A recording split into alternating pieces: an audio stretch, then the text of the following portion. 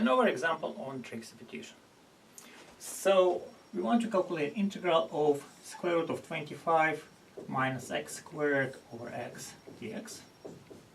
And we're going to be using trig substitution, which says c square root of a squared minus x squared. Then we are suggested to do substitution x equals to a sine theta, and we're going to use dx equals to a cosine theta d theta, and expression on the square root a squared minus x squared after reduction is going to be equal to a cosine theta.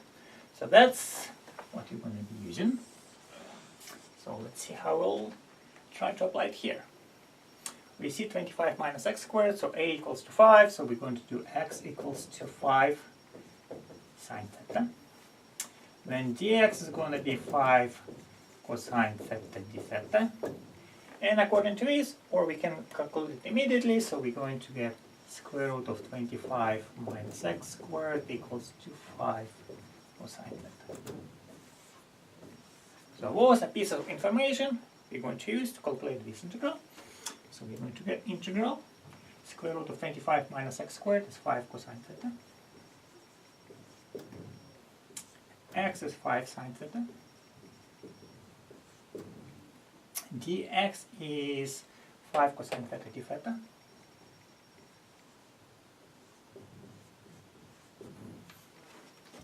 So now we got our trig integral, reduce it, 5 and 5. So we're going to get integral 5 cosine squared theta over sine theta d theta. In this integral, take 5 out.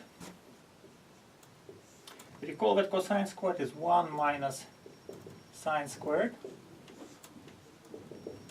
Copy sine theta on the bottom. Break that into integrals into two smaller integrals. 1 over sine theta minus sine squared theta over sine theta. Keep 5 in front. We see here 1 over sine theta. 1 over sine theta is integral of cosecant theta minus sine squared over sine squared is sine, so we have integral of sine theta. Right? Antiderivative of cosecant is something similar to integral of secant, so that is 5 minus natural log of minus because it's cosecant minus natural log of cosecant theta plus cotangent theta. That is antiderivative of cosecant, and antiderivative of negative sine is positive cosine.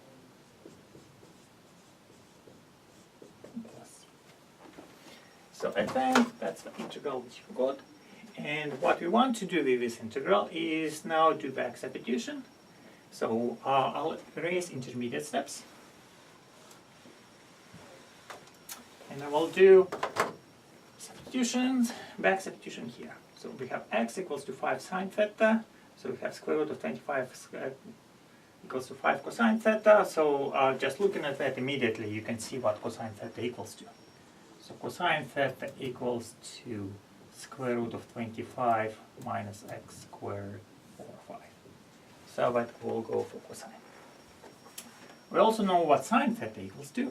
So sine theta equals to x over 5. So from here, you recall that cosecant theta is 1 over sine theta, and we know what sine theta is, so we have to flip that x over 5 and write 5 over x. So that will be, we know what cotangent equal to. Cosine over sine. Cosine is 25 square root of 25 minus x squared over 5. Sine is x over 5. So after reducing by 5, so we get square root of 25 minus x squared under square root over x. So that's cotangent. And all that is left now is substitute cosine for cosine, cosecant for cosecant, cotangent for cotangent in our final answer, and rewrite the answer in a way something like this. So keep 5 in front, negative natural log of cosecant is 5 over x, cotangent is square root of 25 minus x squared over x, plus cosine is square root of 25 minus x squared over 5 plus c. So that is our answer. That is our answer. The only thing which is left, we have to simplify it slightly.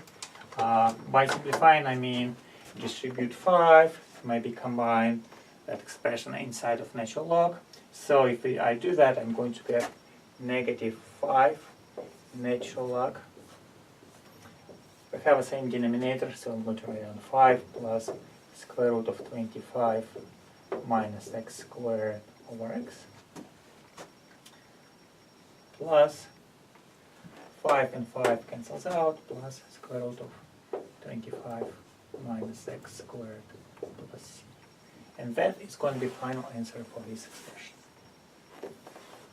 So to summarize one more time, if inside of integral we see expression with square root of a squared minus a squared, we want to do substitution x equals to a sine theta, and we're going to use that dx equals to a cosine theta d theta, and that expression square root of a squared minus x squared equals to a cosine theta.